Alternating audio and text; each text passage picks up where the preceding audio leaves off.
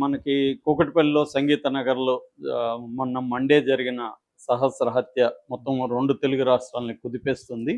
ఎందుకంటే ఒక చిన్న పాప 12 ఏళ్ల పాప అతి దారుణంగా కత్తులతో అలా పొడిచి అంటే ఒక కసి ఉంటే ఎలా పొడుస్తారో అలాగా గొంతు దగ్గర 15 కత్తిపోట్లు, కడుపులో 5 కత్తిపోట్లు అంటే ఆ వ్యక్తి ఎవరు? కసన్నా ఉండాలి, లేదా చేతబడన్నా ఉండాలి, లేకపోతే చేయడానికి వెళ్ళి ఆ అమ్మాయి గట్టిగా ప్రెజర్ చేసినప్పుడు ఒక భయభ్రాంతంతో అతని మైండ్ పనిచేయకుండా కూడా చేస్తారు. అంటే ఒక్కోసారి ఆ టెన్షన్‌లో మనుషులు ఏం బిహేవ్ చేస్తారంటే రీజన్ ఉండదు. కస అని ఇంకా వాళ్ళ భయంతో కూడా పొడిచేస్తారు. సో అంటే హ్యూమన్ సైకాలజీ ఏందంటే ప్రెజర్ సిచ్యువేషన్ వచ్చినప్పుడు గానీ మన లోపలి క్యారెక్టర్ బయటికి రాదు. మనం అంతా బానే ఉంటాం గానీ ఆ ప్రెజర్ సిచ్యువేషన్ వచ్చినప్పుడు. అందుకనే రాబర్ట్ మెకే అనే ఒక స్క్రీన్ ప్లే రైటరు స్టోరీ అనే బుక్‌లో ఇదే చెప్తాడు. ఒక ప్రెజర్ సిచ్యువేషన్ వస్తే ఒక మనిషి ఎలా బిహేవ్ చేస్తాడో అదే అసలు క్యారెక్టర్ అని చెప్తాడు అతను. సో మామూలుగా మన ఇద్దరం రోజు మంచి సమాజం ఎవరో చూడనప్పుడు నువ్వు ఎలా ప్రవర్తిస్తావు అనేది నువ్వని. అది కూడా కాదు. ఇది నీకు ఒక క్రైసిస్ సిచ్యువేషన్ రావాలి. ఆ సిచ్యువేషన్ లో నీకు కూడా తెలియదు నువ్వు ఎలా బిహేవ్ చేస్తావు వచ్చే వరకు. సో అంటే ఇప్పుడు మన ఇద్దరం ఫ్రెండ్స్ రోజు మామ మచ్చ అని మాట్లాడుకుంటుంటాం. కానీ నాకు ఒక ప్రమాదం వచ్చినప్పుడు, లైఫ్ అండ్ డెత్ వచ్చినప్పుడు మీరు నాకు నిలబడతారా లేదా అనేది మీ అసలు క్యారెక్టర్.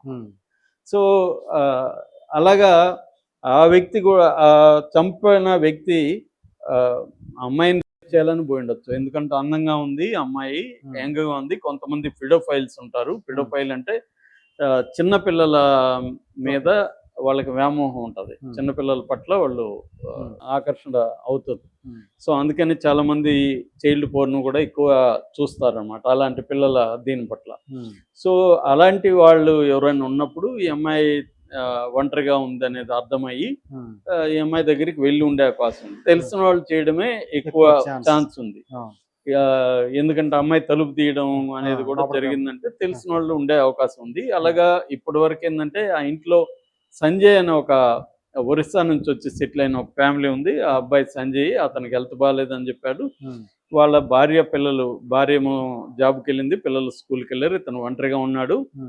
ఇతను తాయెత్తు కట్టుకొని ఉన్నాడు. తర్వాత బట్టలు ఉతికి ఆరేసాడు ఆ టైంకి. సో పోలీసులు మామూలుగా వీళ్ళు డాగ్ స్క్వాడ్ డాగుల ద్వారా ట్రై చేశారు, కాలేదు. తర్వాత క్లూస్ టీమ్ కలెక్ట్ చేసింది. ఆ అమ్మాయి బట్టలు కానీ, బ్లడ్ శాంపుల్స్ కానీ, అక్కడ వేలు ముద్రలు ఇవన్నీ కలెక్ట్ చేసి ఎఫ్ఎస్ఎల్కి పంపించారు, ఫోరెన్సిక్ సైన్స్ ల్యాబ్కి. దాని తర్వాత సీసీటీవీ ఫుటేజ్లు చూస్తే ఒక సీసీటీవీ మాత్రం వర్క్ చేస్తుంది.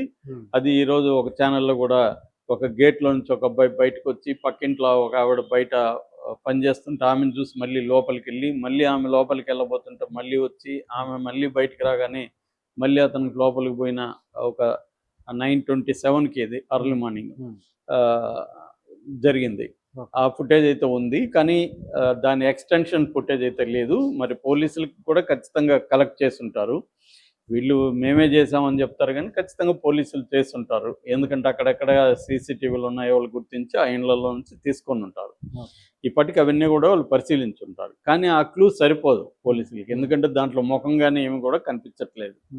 సో దాన్ని ఏమన్నా అనలైజ్ చేసి చేయగలరా అంటే క్లోజప్ షాట్ వేసి వాళ్ళు ఎడిటింగ్లో కూడా జూమ్ వేయచ్చు. అలాంటి జూమ్ వేస్తే ఏమన్నా తెలుస్తుందా అవన్నీ చూడాలి.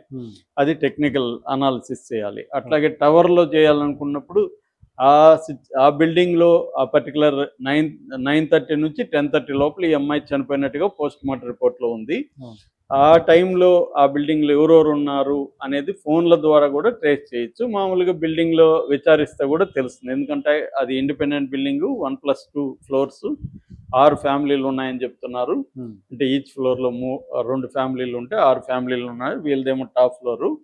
సో అలాగా ఆ బిల్డింగ్లో ఉన్న వాళ్ళ అందరినీ కూడా వాళ్ళ వేలి ముద్రలు అవన్నీ కూడా వాళ్ళు తీసుకున్నారు. అట్లాగే వాళ్ళ ఫోన్లు కూడా తీసుకున్నారు. వాళ్ళ ఫోన్లు కూడా నెంబర్స్ తీసుకొని టవర్ టైంలో వీళ్ళు ఇక్కడ ఉన్నారా లేదా కూడా చెక్ చేశారు.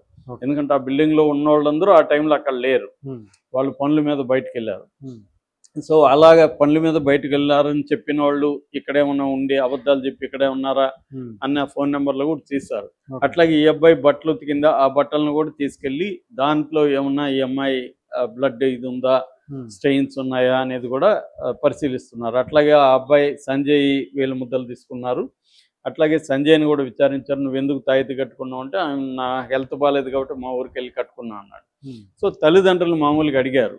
మామూలుగా ఇలాంటి హత్యలు జరిగినప్పుడు పోలీసులు ఏంటంటే, ఒకటి లైంగిక అత్యాచారం కోసం వెళ్ళి ఆ అమ్మాయి ప్రతిఘటిస్తే కోపంలో చంపేయచ్చు. 2 చేతబడి కార్యక్రమాల మీద నమ్మకం ఉండేవాళ్ళు